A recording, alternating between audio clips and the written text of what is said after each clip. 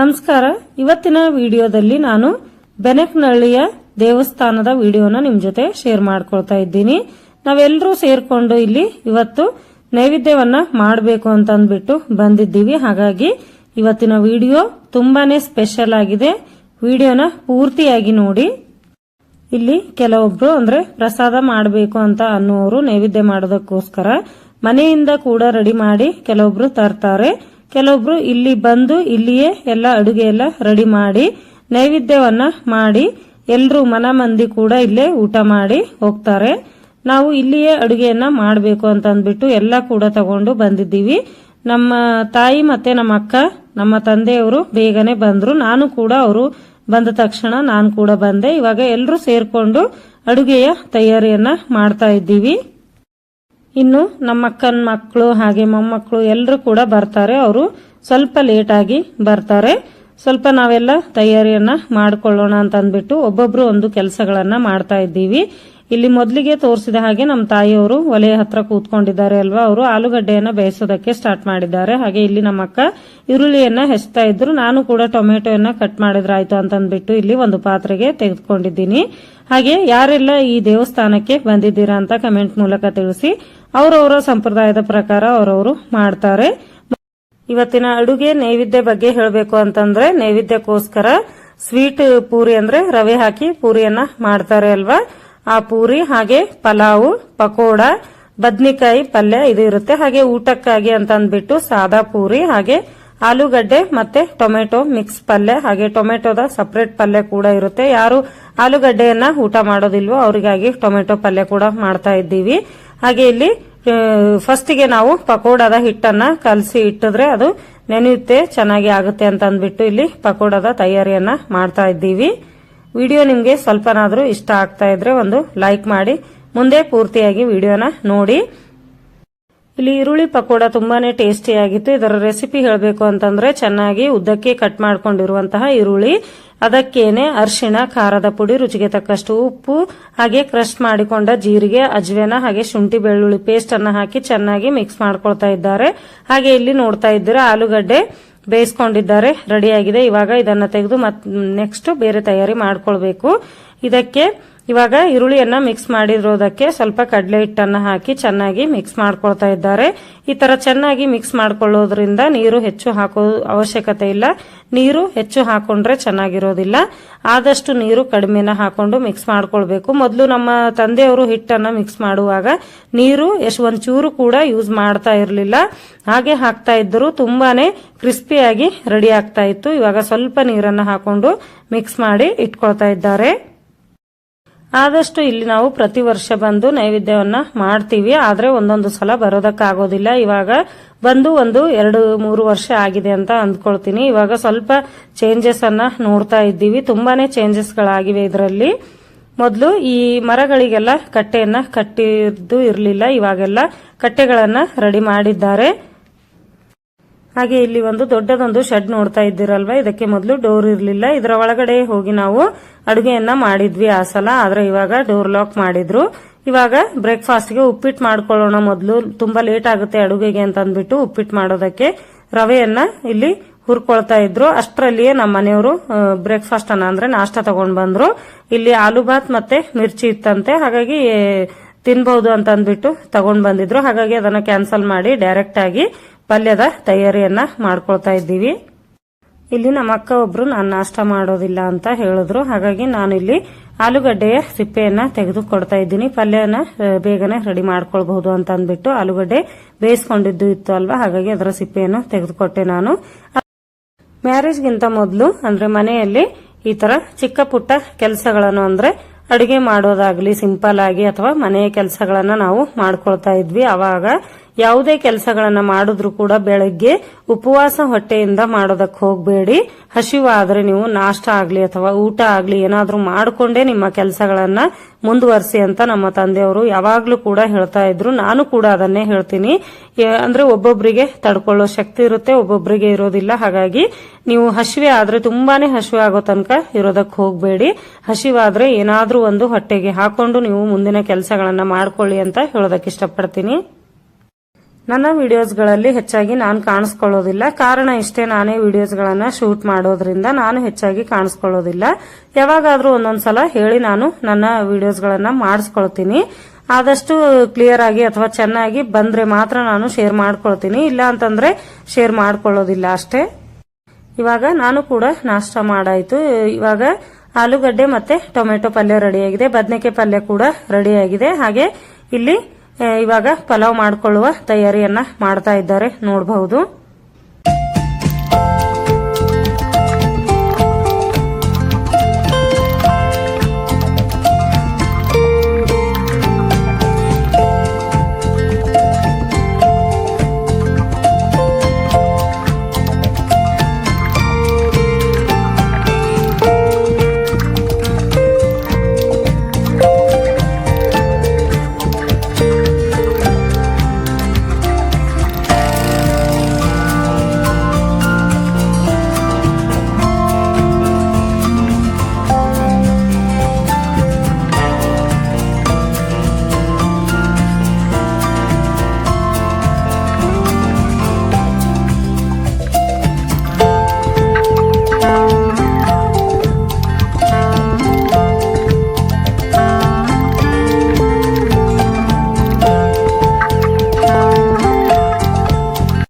ಇಲ್ಲಿ ಪಲಾವ್ ಮಾಡ್ತಾ ಇದ್ದಾರೆ ಅಲ್ವಾ, ಅದನ್ನ ರೆಡಿ ಆಗೋಷ್ಟರಲ್ಲಿ ಸ್ವಲ್ಪ ದೇವಸ್ಥಾನದ ಒಳಗಡೆ ಹೋಗಿ ಬರೋಣ ಅಂತ ಅಂದ್ಬಿಟ್ಟು ಇಲ್ಲಿ ಹೋಗ್ತಾ ಇದ್ದೀನಿ. ಮತ್ತೆ ರಶ್ ಸ್ಟಾರ್ಟ್ ಆದ್ರೆ ತುಂಬಾನೇ ರಶ್ ಆಗುತ್ತೆ ಅಂತ ಅಂದ್ಬಿಟ್ಟು ಸ್ವಲ್ಪ ವಿಡಿಯೋನ ಮಾಡ್ಕೊಳ್ತಾ ಇದ್ದೀನಿ. ಒಳಗಡೆ ನೈವೇದ್ಯವನ್ನ ಒಯ್ದಿರ್ತೀವಿ ಅಲ್ವಾ, ಅದನ್ನ ಅಲ್ಲಿಯೇ ತೆಗೆದುಕೊಳ್ಳೋದಿಲ್ಲ. ಅಲ್ಲಿ ದೇವರಿಗೆ ನೈವೇದ್ಯವನ್ನ ತೋರಿಸಿ ಇಲ್ಲಿ ಹೊರಗಡೆ ತಂದು ಇವರಿಗೆ ಕೊಡಬಹುದು. ಹಾಗೆ ಇಲ್ಲಿ ತೆಂಗಿನಕಾಯಿ ಹೊಡಿತಾರೆ. ಹಾಗೆ ಆ ಕಡೆ ನೋಡ್ತಾ ಇದ್ದೀರಲ್ವಾ, ಅದು ಗುಂಡ ಇದೆ, ಅಲ್ಲಿ ಲಾಸ್ಟ್ ಅಲ್ಲಿ ತೋರಿಸ್ತೀನಿ. ಇಲ್ಲಿ ದೇವಸ್ಥಾನಕ್ಕೆ ಬಂದು ಅಲ್ಲಿ ಗುಂಡದಲ್ಲಿ ಹೋಗಿ ಕೈಕಾಲು ಮುಖ ತೊಳ್ಕೊಂಡು ಬರಬೇಕು. ಇಲ್ಲ ಅಂತಂದ್ರೆ ಇಲ್ಲಿಯೇ ಬಂದು ಕೂಡ ಸ್ನಾನನ ಮಾಡ್ಕೊಳ್ಳೋರು. ನಾವು ಮನೆಯಿಂದನೇ ಸ್ನಾನ ಮಾಡ್ಕೊಂಡು ಬಂದಿದ್ದೀವಿ. ಅದಾದ ನಂತರ ಇಲ್ಲಿ ದೇವಸ್ಥಾನದ ಒಳಗಡೆ ಹೋಗ್ತಾ ಇದ್ದೀನಿ, ನೋಡಬಹುದು. ಮೊದಲೇ ಬಂದಿರೋರಿಗೆ ಗೊತ್ತಿರುತ್ತೆ.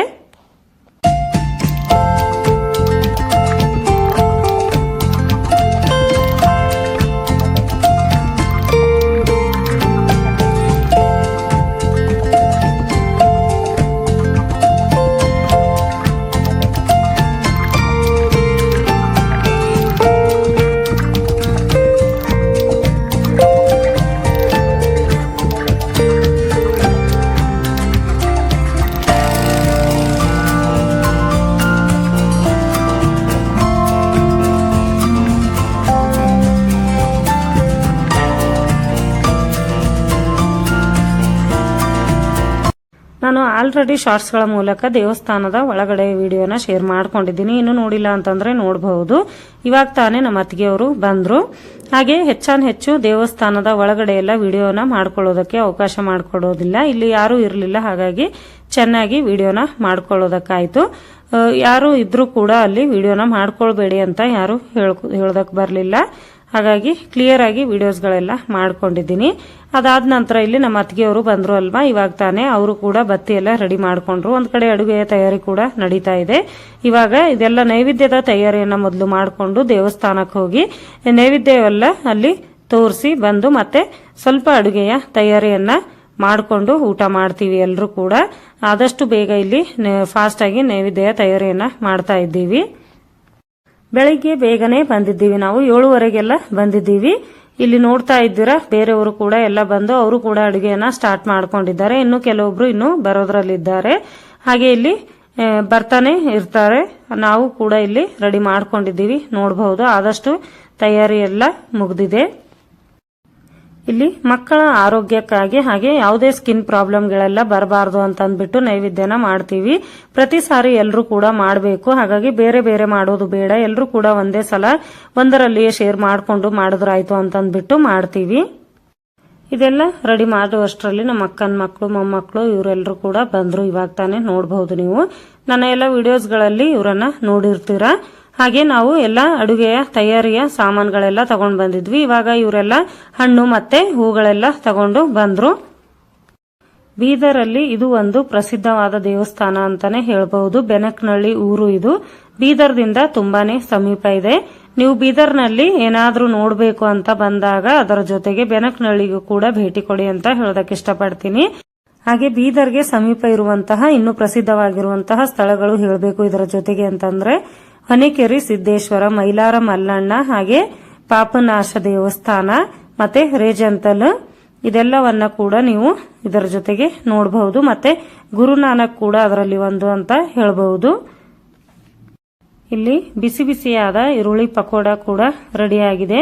ನಾನು ಹೇಳಿದ ಪ್ರಕಾರ ನೀವು ಕೂಡ ಮಾಡಿ ನೋಡಿ. ಯಾವಾಗ್ಲೂ ಮಾಡಿಲ್ಲ ಅಂತಂದ್ರೆ ಒಂದ್ಸಲ ಈ ರೀತಿಯಾಗಿ ಮಾಡಿ ನೋಡಿ. ಕ್ರಿಸ್ಪಿ ಆಗಿರುವಂತಹ ಪಕೋಡ ರೆಡಿ ಆಗುತ್ತೆ.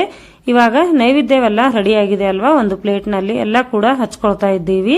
ಇವಾಗ ದೇವಸ್ಥಾನಕ್ಕೆ ಎಲ್ಲಾನು ಕೂಡ ತಗೊಂಡು ಹೋಗ್ಬೇಕು. ಎಲ್ಲರೂ ಕೂಡ ಜೊತೆಗೆ ಹೋಗ್ತೀವಿ. ವಿಡಿಯೋ ನಿಮ್ಗೆ ಇಷ್ಟ ಆಗ್ತಾ ಇದೆ ಅಂತ ಅಂದ್ಕೊಳ್ತೀನಿ. ಇಷ್ಟ ಆದ್ರೆ ಪೂರ್ತಿಯಾಗಿ ವಿಡಿಯೋನ ನೋಡಿ, ಹಾಗೆ ನಿಮಗೆ ಅನಿಸಿದ ಅನಿಸಿಕೆಯನ್ನ ನನಗೆ ಕಮೆಂಟ್ ನಲ್ಲಿ ತಿಳಿಸಿ. ಮುಂದಿನ ವಿಡಿಯೋ ಮಾಡೋದಕ್ಕೆ ನನಗೂ ಕೂಡ ಹೆಲ್ಪ್ ಆಗುತ್ತೆ. ಈ ಸ್ವೀಟ್ ಪೂರಿ ಮಕ್ಕಳಿಗೆ ತುಂಬಾನೇ ಇಷ್ಟ ಆಗುತ್ತೆ. ಹಾಗೆ ಇವಾಗ ತಾನೇ ನಮ್ಮ ಅಕ್ಕನ ಮಕ್ಕಳೆಲ್ಲ ಬಂದಿದ್ದಾರೆ ಅಲ್ವಾ, ಅವರೆಲ್ಲರೂ ಕೂಡ ಸೇರ್ಕೊಂಡು ಗುಂಡಕ್ಕೆ ಹೋಗಿದ್ದಾರೆ. ಸ್ನಾನ ಎಲ್ಲ ಮಾಡ್ಕೊಂಡು ಬರ್ತೀವಿ ಅಂತ ಅಂದ್ಬಿಟ್ಟು ಇವಾಗ ಸ್ನಾನ ಮಾಡ್ಕೊಂಡು ಬರ್ತಾ ಇದ್ದಾರೆ. ಆ ಗುಂಡದ ವಿಡಿಯೋ ನಿಮ್ ಜೊತೆ ಲಾಸ್ಟ್ ಅಲ್ಲಿ ಶೇರ್ ಮಾಡ್ಕೊಳ್ತೀನಿ. ಇವಾಗ ಅವರು ಸ್ನಾನ ಎಲ್ಲ ಮುಗಿಸ್ಕೊಂಡು ಬಂದ್ರು ಅಲ್ವಾ, ಇವಾಗ ನೈವೇದ್ಯ ತಗೊಂಡು ದೇವಸ್ಥಾನದಲ್ಲಿ ಬಂದಿದ್ದೀವಿ. ನೋಡಬಹುದು ಎಷ್ಟೊಂದು ಜನ ಬಂದಿದ್ದಾರೆ ಅಂತ ಅಂದ್ಬಿಟ್ಟು. ನಾನು ಬೆಳಗ್ಗೆ ಬಂದಾಗ ಯಾರು ಕೂಡ ಇರಲಿಲ್ಲ, ಇವಾಗ ತುಂಬಾ ಜನನೇ ಬಂದಿದ್ದಾರೆ.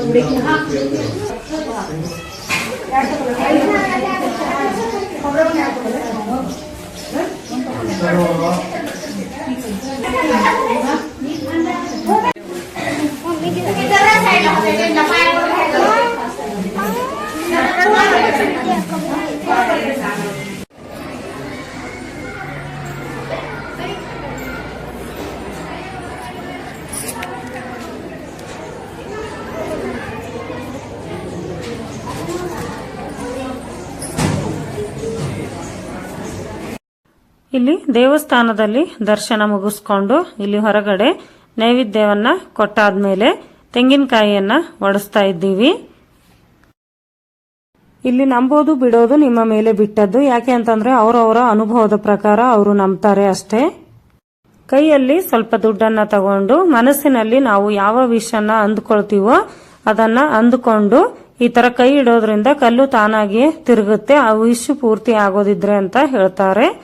ಇಲ್ಲಿ ಅದನ್ನ ನೋಡ್ತಾ ಇದ್ದೀವಿ ಅಷ್ಟೇ. ಹಾಗೆ ಇದೆಲ್ಲ ಯಾರೆಲ್ಲ ನಂಬ್ತೀರಾ ಅಂತ ಕಮೆಂಟ್ ಮೂಲಕ ತಿಳಿಸಿ. ಅದಾದ ನಂತರ ಇಲ್ಲಿ ಮತ್ತೆ ಮತ್ತೊಂದು ದೇವಸ್ಥಾನ, ಅಂದ್ರೆ ಅಲ್ಲೇ ಅಕ್ಕಪಕ್ಕದಲ್ಲಿಯೇ ಎಲ್ಲಾ ಸೇರಿ 5 ದೇವಸ್ಥಾನಗಳಿವೆ. 5 ನೈವೇದ್ಯಗಳನ್ನ ಮಾಡ್ಕೊಳ್ಬೇಕಾಗುತ್ತೆ. ನಾವು ಮನೆಯಿಂದ ತರೋರಾಗಿದ್ರೆ ಮನೆಯಲ್ಲಿಯೇ 5 ನೈವೇದ್ಯಗಳನ್ನ ರೆಡಿ ಮಾಡ್ಕೊಳ್ಳಿ. ಇಲ್ಲಿ ಬಂದು ಮಾಡೋರಾಗಿದ್ರೆ ಇಲ್ಲಿ ಬಂದು ಕೂಡ ಮಾಡ್ಕೊಳ್ಬಹುದು. ಇವತ್ತು ಯಾವುದೇ ದೇವಿಯ ವಾರ ಇಲ್ಲ ಅಲ್ವಾ, ಹಾಗಾಗಿ ತುಂಬಾ ಕಡಿಮೆ ಜನರಿದ್ದಾರೆ ಅಂತಾನೆ ಹೇಳ್ಬಹುದು. ಇಲ್ಲ ಅಂತಂದ್ರೆ ತುಂಬಾನೇ ರಶ್ ಇರುತ್ತೆ. ಹೆಚ್ಚು ಯಾರು ಇಲ್ಲ ಅಂತ ಅಂದ್ಬಿಟ್ಟು ಪೂಜೆ ಎಲ್ಲ ಶಾಂತವಾಗಿ ಚೆನ್ನಾಗಿ ಆಯ್ತು. ಅದಾದ ನಂತರ ಇಲ್ಲಿ ಬರ್ತಾ ಇದ್ದೀವಿ. ಒಂದಾದ್ಮೇಲೆ ಒಂದು ದೇವಸ್ಥಾನಕ್ಕೆ ಹೋಗಿ ಎಲ್ಲ ದೇವಸ್ಥಾನದಲ್ಲಿ ನೈವೇದ್ಯವೆಲ್ಲ ತೋರಿಸಿದ್ವಿ. ಇಲ್ಲಿ ನಾವು ಎಲ್ಲ ನೈವೇದ್ಯ ಎಲ್ಲ ತೋರಿಸಿ ಬರೋಷ್ಟ್ರೊಳಗಡೆ ಜೋಗಕ್ಕೂ ಕೂಡ ಬರೋದಕ್ಕೆ ಸ್ಟಾರ್ಟ್ ಮಾಡಿದ್ರು. ಅಂದ್ರೆ ನಾವು ಜೋಗ ಬೇಡಿ ಕೂಡ ಊಟ ಮಾಡ್ತೀವಿ ಅಂತ ಕೆಲವೊಬ್ರು ಬೇಡ್ಕೊಂಡಿರ್ತಾರೆ. ಅವರನ್ನ ನಾವು ಬರೋಷ್ಟ್ರಲ್ಲಿ ನಮ್ಮ ತಾಯಿಯವರು ಜೋಗ ನೀಡ್ತಾ ಇದ್ರು. ಹಾಗೆ ಇಲ್ಲಿ ಎಲ್ರು ಕೂಡ ಇವಾಗ ದೇವರ ನೈವೇದ್ಯ ಎಲ್ಲ ಆಯ್ತು ಅಲ್ವಾ, ಎಲ್ರು ಊಟ ಮಾಡ್ತಾರೆ. ಇವಾಗ ಮೊದ್ಲು ನೈವೇದ್ಯಕ್ಕೋಸ್ಕರ ಎಲ್ಲ ಸ್ವೀಟ್ ಪೂರಿ ಅದೆಲ್ಲ ರೆಡಿ ಮಾಡ್ಕೊಂಡಿದ್ವಿ. ಆದ್ರೆ ಇನ್ನೂ ಸ್ವಲ್ಪ ಸಾದಾ ಪೂರಿ ಎಲ್ಲ ಮಾಡೋದಿತ್ತು. ಹಾಗಾಗಿ ನಾನು ಮತ್ತೆ ನಮ್ಮ ಅಕ್ಕ ನಮ್ಮ ತಾಯಿ ಪೂರಿ ಮಾಡೋದಕ್ಕೆ ಸ್ಟಾರ್ಟ್ ಮಾಡಿದ್ವಿ. ಇವಾಗ ನಮ್ಮ ಅಕ್ಕನ ಮಕ್ಕಳು, ನಮ್ಮ ಮನೆಯವರು, ಅಳಿಯಂದ್ರು, ನಮ್ಮ ತಂದೆಯವರೆಲ್ಲ ಊಟ ಮಾಡ್ತಾ ಇದ್ದಾರೆ. ಇದಾದ ನಂತರ ನಾವು ಕೂಡ ಊಟ ಮಾಡ್ತೀವಿ. ಇನ್ನು ನಮ್ಮ ಅಣ್ಣ ಬಂದಿಲ್ಲ. ಯಾಕೆ ಅಂತಂದ್ರೆ ಮಕ್ಕಳೆಲ್ಲ ಸ್ಕೂಲಿಗೆ ಹೋಗಿದ್ರು ಇವತ್ತ. ಹಾಗಾಗಿ ಅವರ ಸ್ಕೂಲಲ್ಲಿ ಒಂದು ವರ್ಲ್ಡ್ ರೆಕಾರ್ಡ್ ಮಾಡೋದಕ್ಕೆ, ಅಂದ್ರೆ ರುಬಿಕ್ಸ್ ಕ್ಯೂಬ್ ಪರಿಹಾರ ಸ್ಪರ್ಧೆಯನ್ನ ಆಯೋಜಿಸಿದ್ರು. ಹಾಗಾಗಿ ಅಲ್ಲಿ ಹೋಗ್ಲೇಬೇಕಿತ್ತು. ಹಾಗಾಗಿ ಮಕ್ಕಳನ್ನ ಕರ್ಕೊಂಡು ಬರ್ತಾರೆ. ಇವಾಗ ಇಲ್ಲಿ ಮಕ್ಕಳೆಲ್ಲ ಬರ್ತಾರೆ ಅಲ್ವಾ, ಸ್ವೀಟ್ ಎಲ್ಲ ಇಷ್ಟ ಪಡ್ತಾರೆ ಅಂತ ಅಂದ್ಬಿಟ್ಟು ನಾನು ಸ್ವೀಟ್ ಅನ್ನ ತಗೊಂಡ್ ಬಂದಿದ್ದೆ. ಇಲ್ಲಿ ಎಲ್ರಿಗೂ ಕೂಡ ಕೊಡ್ತಾ ಇದ್ದೀನಿ. ನನಗೆ ಅಷ್ಟೊಂದು ಹೆಚ್ಚು ಇಷ್ಟ ಆಗೋದಿಲ್ಲ, ಸ್ವಲ್ಪ ಮಾತ್ರ ಸ್ವೀಟ್ ತಗೊಳ್ತೀನಿ, ಆದ್ರೆ ತುಂಬಾ ಕಡಿಮೆ, ಹೆಚ್ಚು ಇಷ್ಟ ಆಗೋದಿಲ್ಲ. ನೀವು ಇಲ್ಲಿ ಯಾವಾಗಾದ್ರೂ ಬರಬೇಕು ಅಂತಂದ್ರೆ ಮನೆಯಿಂದ ಎಲ್ಲ ಅಡುಗೆ ಎಲ್ಲ ಮಾಡ್ಕೊಂಡು ಕಟ್ಕೊಂಡು ಈ ತರ ಪಿಕ್ನಿಕ್ ತರ ಕೂಡ ಇಲ್ಲಿ ಬರಬಹುದು. ಕೂತ್ಕೊಳ್ಳೋದಕ್ಕೆ ತುಂಬಾನೇ ಜಾಗ ಇದೆ, ಹಾಗೆ ಏನೋ ಒಂದು ಮನಸ್ಸಿಗೆ ನೆಮ್ಮದಿ ಅಂತಾನೆ ಹೇಳಬಹುದು. ನಾವು ಬೆಳಗ್ಗೆನೆ ಬೇಗ ಬಂದಿರೋದ್ರಿಂದ ಇಡೀ ದಿನ ಇಲ್ಲಿಯೇ ಸ್ಪೆಂಡ್ ಮಾಡಿದೀವಿ. ತುಂಬಾನೇ ಚೆನ್ನಾಗಿ ಅನಿಸ್ತಾ ಇತ್ತು. ಇವಾಗ ಮಕ್ಕಳೆಲ್ಲ ಬರ್ತಾ ಇದ್ದಾರೆ, ನೋಡಬಹುದು.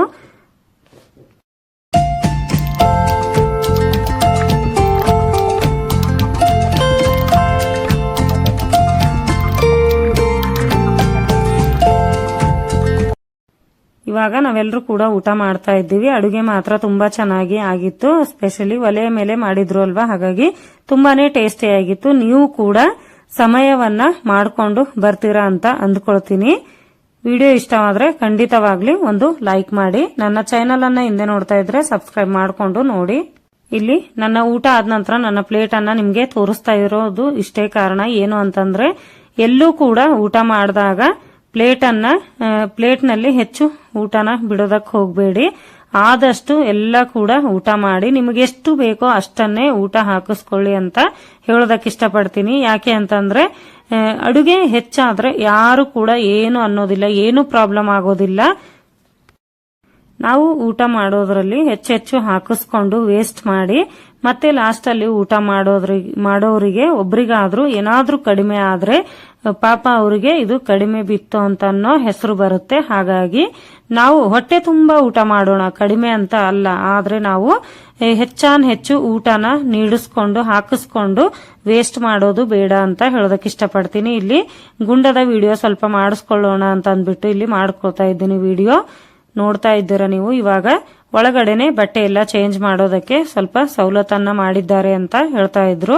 ಹಾಗೆ ಇಲ್ಲಿ ಮಕ್ಕಳು ಆಟ ಆಡೋದಕ್ಕೂ ಕೂಡ ಜಾಗ ಇದೆ, ನೋಡಬಹುದು ನೀವು. ನಾನೆಲ್ಲೂ ಕೂಡ ಪರ್ಮಿಷನ್ ಇಲ್ಲದೇನೆ ವಿಡಿಯೋ ಮಾಡೋದಕ್ಕೆ ಹೋಗೋದಿಲ್ಲ. ಇಲ್ಲೂ ಕೂಡ ಇವರನ್ನ ಕೇಳ್ತಾ ಇದ್ದೀನಿ ವಿಡಿಯೋ ಮಾಡ್ಕೊಳ್ಬಹುದಾ ಅಂತ ಅಂದ್ಬಿಟ್ಟು. ಆಯ್ತು ಮಾಡ್ಕೊಳ್ಳಿ ಅಂತ ಅವರು ಹೇಳಿದಾಗ ನಾನು ವಿಡಿಯೋನ ಮಾಡ್ಕೊಳ್ತಾ ಇದ್ದೀನಿ ಅಷ್ಟೇ. ಯಾಕೆ ಮಾಡ್ತಾ ಇದ್ದೀರಾ ಅಂತ ಕೇಳಿದ್ರು. ಈ ತರ ವಿಡಿಯೋಸ್ಗಳೆಲ್ಲ ನಾನು ಯೂಟ್ಯೂಬ್ ಅಲ್ಲಿ ಶೇರ್ ಮಾಡ್ಕೊಳ್ತೀನಿ ಅಂತ ಹೇಳಿದೆ. ನೋಡಬಹುದು ನೀವು. ಇಲ್ಲಿ ಸ್ನಾನನ ಮಾಡಿಕೊಂಡು ಸೈಡ್ ಅಲ್ಲಿ ಬಟ್ಟೆ ಎಲ್ಲ ಚೇಂಜ್ ಮಾಡ್ಕೊಳ್ಳೋದಕ್ಕೂ ಅನುಕೂಲನ ಮಾಡಿದ್ದಾರೆ. ನೀವು ಕೂಡ ಒಂದ್ಸಲ ಬಂದು ಹೋಗಿ.